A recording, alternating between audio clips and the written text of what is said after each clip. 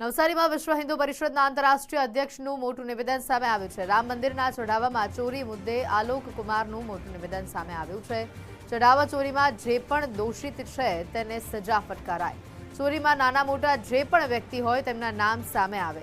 આરોપીઓ સામે fast track કોર્ટમાં કેસ ચાલે.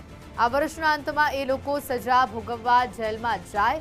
ટ્રસ્ટ દ્વારા સોના ચાંદીના સામાનની સાર્વજનિક માહિતી અપાઈ છે. કેટલાક લોકો આ मुद्दे राजकीय फायदो उठाववा मांगे छे कि जिन भी लोगों ने यह पाप किया है किसी का लिहाज नहीं करेंगे, किसी को बचाएंगे नहीं। तो शायद ये ऐसा विरल मामला है जिसमें जिन पर आरोप लग रहे उन लोगों ने एसआईटी बैठाने की मांग थी।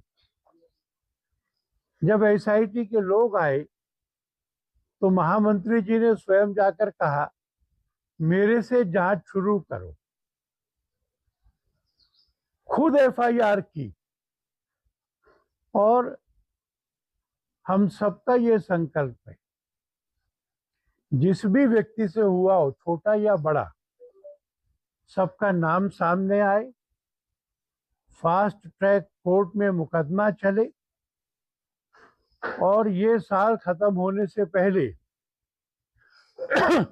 सजा भुगतने के लिए वो लोग जेल जाएं।